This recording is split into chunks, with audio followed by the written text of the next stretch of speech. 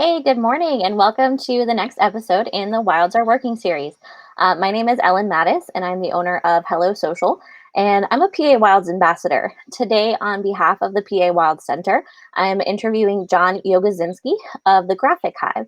John's going to share how their organization has pivoted in the last few months and in what is really an uncharted time for business owners.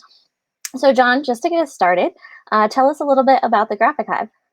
Yeah, so the Graphic Hive actually turned 10 years old in October, and we're a full service web and marketing design agency. So we do anything from create logos to do layouts of brochures, business cards, business essentials.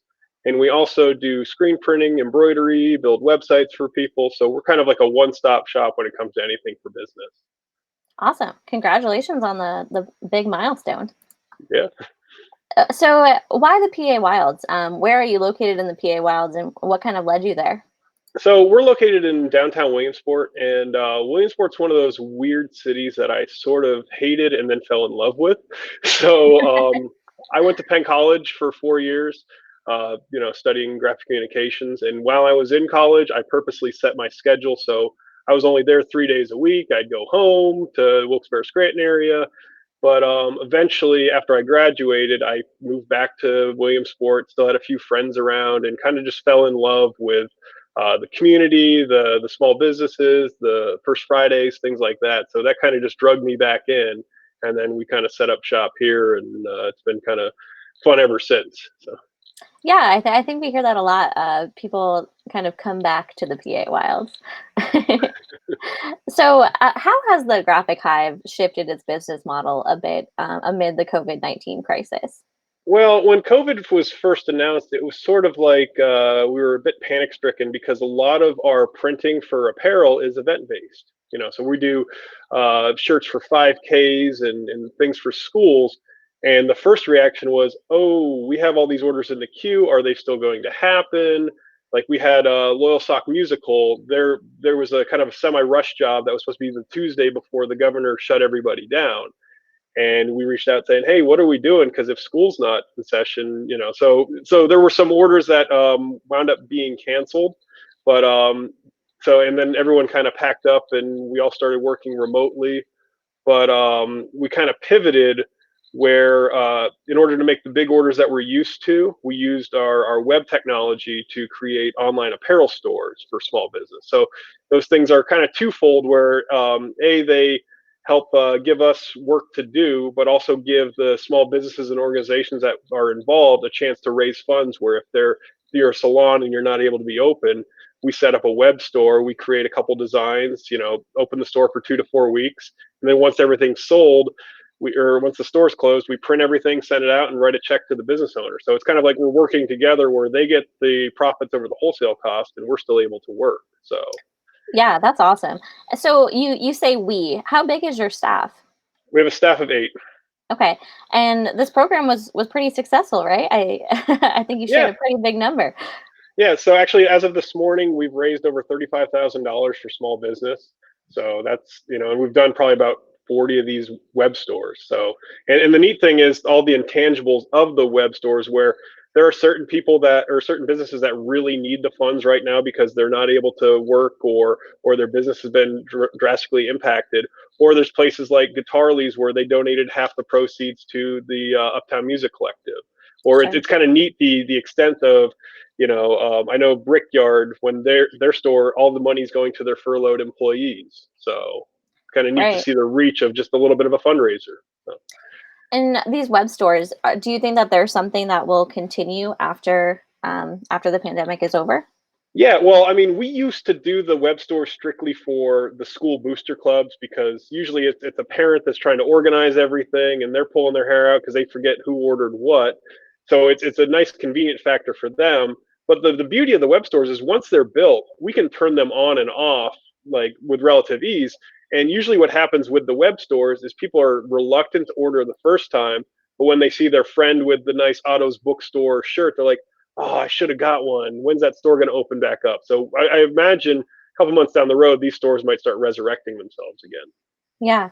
So when it comes to either this initiative or just how you've run your business in general over the last many weeks, are there any programs or resources, maybe organizations that have helped you along the way?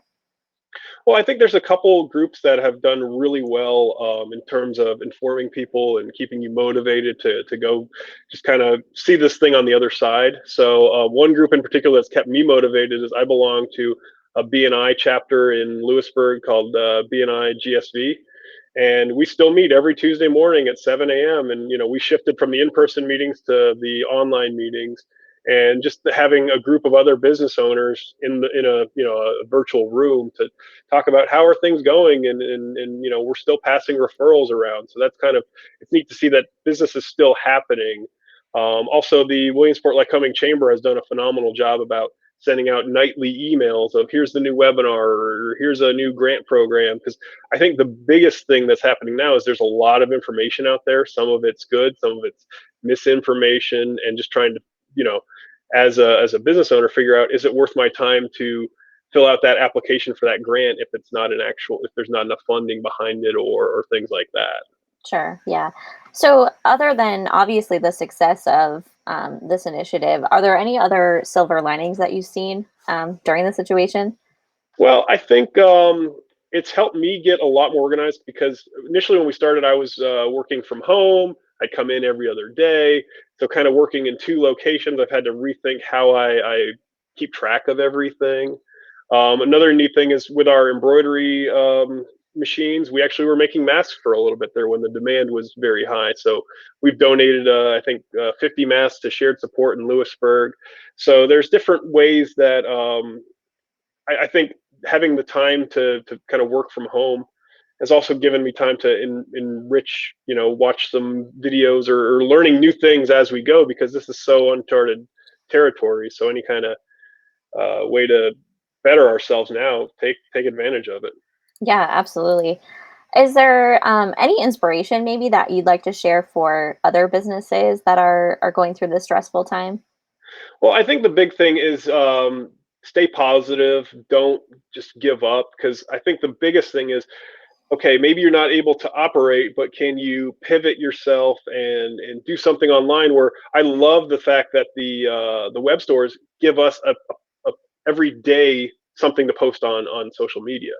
So just being active and engaged in our community, I think, and then the same applies to any business. If you could just be out there and say, hey, we're still thinking about you. Or I saw online barbers giving free tutorials on people that are giving themselves COVID haircuts. So any ways to just kind of be a little bit more friendly with it. Yeah, I could have used one of those videos.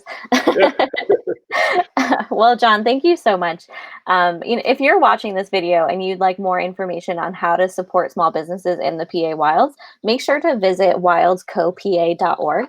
And just a reminder that applications to appear on this series are still being accepted. So if you'd like to share your story, make sure to hop on that website that's listed there below and apply. So, John, again, thank you for sharing your story. Yeah. Thanks for having me. Yeah. We'll see you guys next time.